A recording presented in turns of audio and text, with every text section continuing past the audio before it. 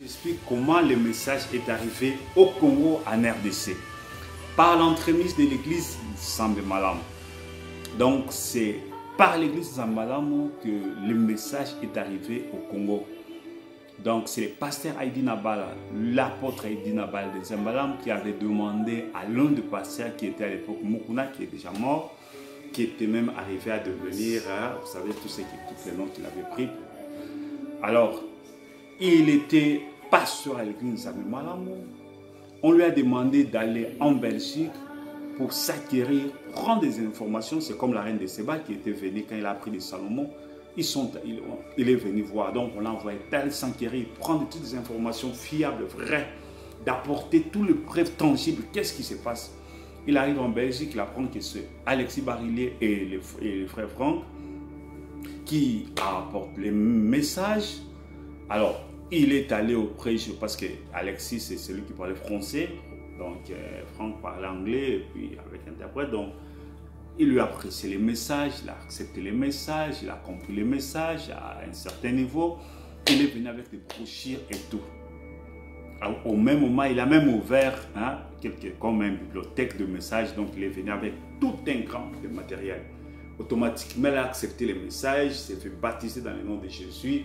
Il est venu avec beaucoup de choses. Donc, il recevait les brochures, les distribuait. Au lieu de venir faire rapport avec l'église Sambemalam qu'il avait envoyé, il n'a pas fait. Il a décidé carrément de tourner les doigts à l'église Sambemalam, de commencer quelque chose d'autre.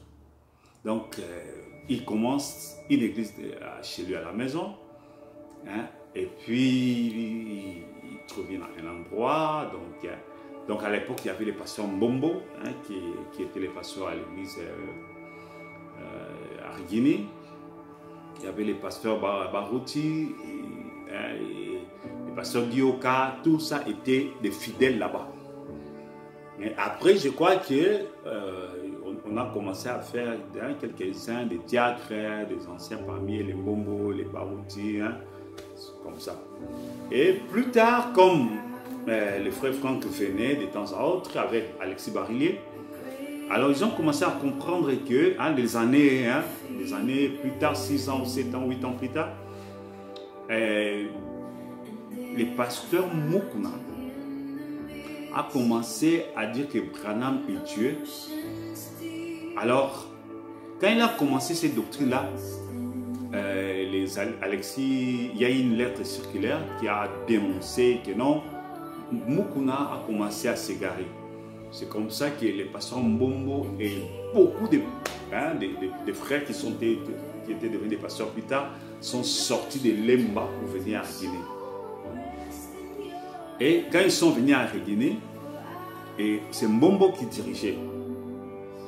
Alors, comme les pasteurs Mbombo dirigeaient, alors il y avait aussi des lettres circulaires qui venaient de la Suisse, dont les gens Et pendant cette période-là, Mukuna de l'autre côté a déjà dit que Branham est Dieu et lui est son prophète. Parce que c'est vers 85 qu'il a changé, parce qu'en ce moment-là, j'étais 83, je me suis converti. Alors j'ai commencé à m'intéresser des choses de Dieu, du christianisme et tout ça. Et en route, on voyait les gens qui se promenaient, c'est-à-dire les fidèles de Mukuna, qui étaient vraiment agressifs. Comme je l'ai dit dans l'autre vidéo, ils étaient vraiment très agressifs. Donc, quand tu doutes de leur doctrine, en tout cas, ils peuvent même te frapper. Ils étaient vraiment. Alors, pendant cette période-là, il y avait maintenant des brochures qui venaient. On a reçu même des brochures, donc tous les brochures pendant cette période-là venaient de la Suisse, des éditions de la Lumière du Soir. Alors, il y avait des CD, il y avait des brochures, nous tous on lisait. Ces brochures-là, ce sont les brochures avec lesquelles nous tous on s'est convertis avant que la voix de Dieu puisse prendre les relèves plus tard. Alors, c'est comme ça que les choses sont venues. Et puis plus tard, maintenant, comme il y avait des lettres circulaires qui venaient de temps en temps, et ces lettres circulaires aussi commençaient à positionner les frères Franck, qui actuellement, qui est en Allemagne. Alors, maintenant dans l'Assemblée de Guinée, il y avait ceux qui lisaient continuellement les lettres circulaires, hein, les brochures et les lettres circulaires de Franck, hein, et Alexis Barillier. Parce que dans ces lettres circulaires, ça positionnait Franck, ça lui donnait une certaine position que c'est lui le successeur, hein, de William Branham. Et puis après, ça dit que non, Franck et Barillier, hein, et Alexis Barillier, ce sont les deux successeurs, c'est comme hein, Josué, Caleb, hein, des choses pareilles comme ça. Donc il y avait déjà aussi dans l'église d'Assemblée de Riguéné, qui était, hein, qui est comme la mère, hein, de beaucoup des assemblées, parce que Mukuna qui venait avec le message s'est dérouté, hein, pendant cette période-là, il devenait déjà Branham son Dieu, lui les prophètes majeurs de l'âge, des choses pareilles comme ça. Alors tout le monde avait tourné le dos, hein, à lui. Mais au niveau des Riguéné, dans l'ensemble des Riguéné, il y avait deux tendances. Parce que j'habitais pendant cette période-là juste en face des Riguéné. Donc à 100 mètres ou 200 mètres de l'ensemble des Riguéné. Donc toutes les prédications qui étaient prêchées là-bas, on écoutait, on suivait ça à la maison. Mais on avait parfois des petites réticences. Je savais, Dieu m'avait parlé, je savais que Branham était le prophète de Dieu. Mais on avait un peu des réticences, hein, sur certains frères. Les comportements des frères, les réactions des frères. Parfois on sentait que non, c'est un peu du fanatisme. C'est un peu... Hein, donc voilà, donc il y avait un peu des séquelles, hein, des Mukuna qui se répercutaient chez les gens. C'est-à-dire dans leur langage, on sentait comme s'ils adoraient Branham et parfois inconsciemment ils ne savaient pas. Mais on écoutait les prédications, on savait que frère Branham était un prophète de Dieu, il a prêché la vérité. Alors, en 85, Franck est venu avec Alexis Barillier. Il a prêché, il devait faire un séminaire de 5 jours, je crois, de lundi à dimanche. À Riguéné, il a prêché les lundis, les mardis, les mercredis. Le mardi, quand il prêchait, il a dit que les messages, ce sont des carottes pourries. On doit les mettre de côté. Donc, c'est lui qui a maintenant les nouveaux messages.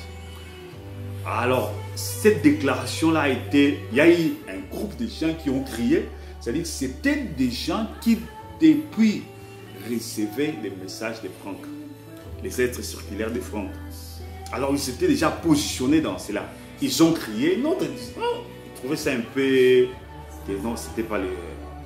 Alors, c'est comme ça que, le mercredi, quand il vient, il veut prêcher, on lui demande que non, il doit se repentir pour ça. Il a dit non. Il est sorti. Quand il est sorti avec un groupe de frères, ils se sont dit, on continue demain jeudi au zoo. Et c'était, je ne sais pas si c'était le deuxième ou le troisième division à Riguéné. Donc, ces gens-là, ils sont allés là-bas. Franck a continué jusqu'à samedi. Et quand ils ont quitté, c'est comme ça qu'ils ont commencé une assemblée au niveau de l'échangeur. Et puis une autre plus tard au niveau des Bandaloua. Donc on les appelait les franquistes, c'est-à-dire ceux qui recevaient des lettres circulaires, de Franck, qui soutenaient que Franck c'est lui le 8e, et tout ce que vous savez. Alors l'ensemble des Riguéné est resté là. Les pasteurs, c'était les pasteurs Mbombo et les pasteurs Barouti, et il semblerait, l'actuel pasteur Dioka, qui était un frère parmi les frères de l'ensemble, qui voyageait souvent aux États-Unis, qui revenait. Et puis, bon, souvent il donnait, et quand il faisait les rapports, on sentait que non, c'était vraiment un homme de Dieu. Et puis, il était l'homme que les pasteurs consultaient. Il était un peu plus avancé dans les messages, plus avancé que tout le monde. Donc il était, chaque fois qu'un pasteur voulait prêcher, il les contactait. Alors Mombo, c'était vraiment un homme de Dieu, que Dieu bénisse son âme, il est déjà parti, hein, un homme vraiment humble. Il a dit, mais s'il en est ainsi, pourquoi pas on laisse les frères ici prêcher? Parce que, et c'est comme ça qu'il lui a laissé la chair, il a prêché. Et c'est comme ça qu'il a commencé à prêcher avant ça. Et après le départ de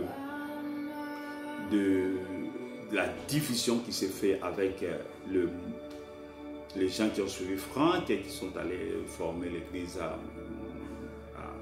Limité et les autres.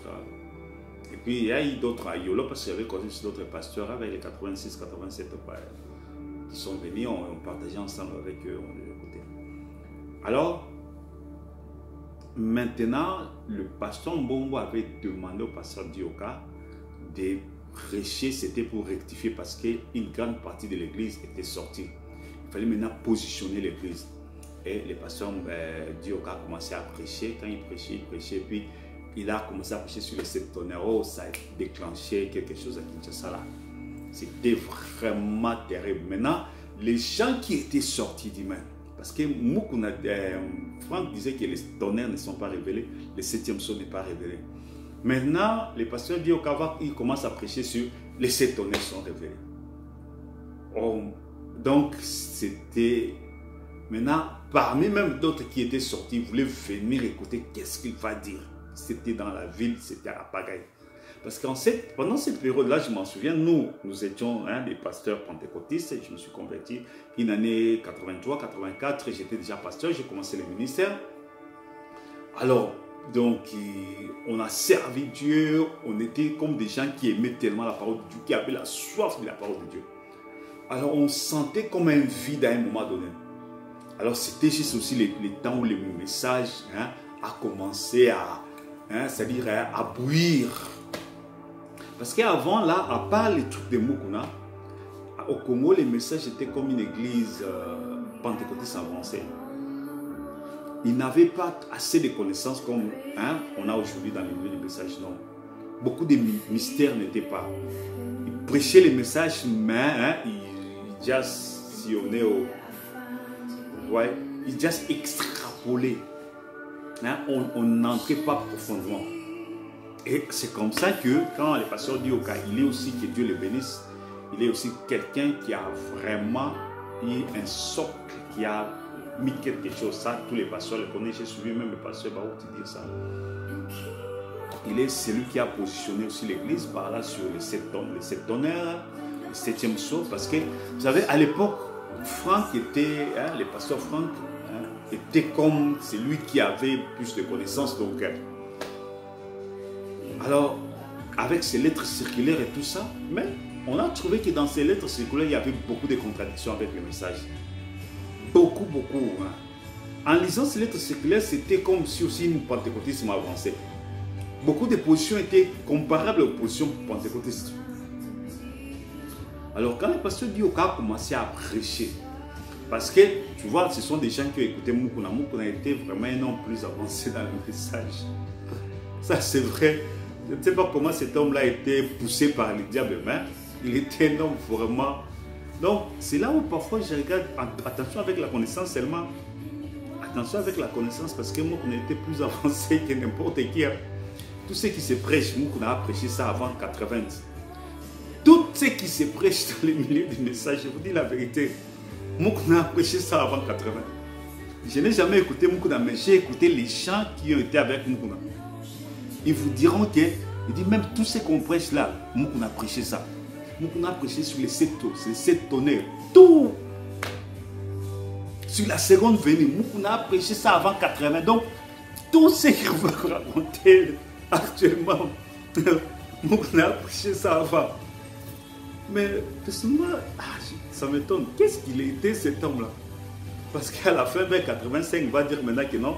Parfois, avant, c'était Branham était Dieu, lui était les prophètes. En 85, il dit que lui et Branham sont devenus un. Donc, lui maintenant est devenu les dieux. Donc, c'est comme ça jusqu'à sa mort. Il est mort comme ça. En tout cas, je ne sais pas. C'est faire Dieu, c'est grave. Mais, voilà. Dire que tu es un fils de Dieu, qui est le Père créateur, le grand Jéhovah. Nous sommes ses fils. Ça, c'est différent. Mais toi, tu te places à sa place? Non. Là, je ne sais pas quelle folie qui peut te prendre avec la vie que nous avons. Tu vieillis. Vous ne savez pas que le vieillissement, si c'est un signe que nous ne sommes pas à la perfection. La mort, la maladie, le vieillissement, ces choses n'étaient pas dans Adam. Compare-toi d'abord avec Adam. Si tu es resté jeune éternellement, que tu n'as pas de vieillissement, tu n'as pas de maladie, et que tu peux te promener dans l'espace comme apparaître et disparaître, là tu peux te dire, ok, je suis quand même quelque chose, mais jusque-là, tu n'as encore rien. Crée encore une autre, comment ça? Une autre, même pas planète, même pas galaxie. Hein? Essaie d'abord de créer un univers à toi. Alors je ne sais même pas où tu vas placer ça. Et après, que tu vas dire que tu es Dieu. C'est loin d'être tout ça. Alors donc, veuillez me suivre dans la série prochaine.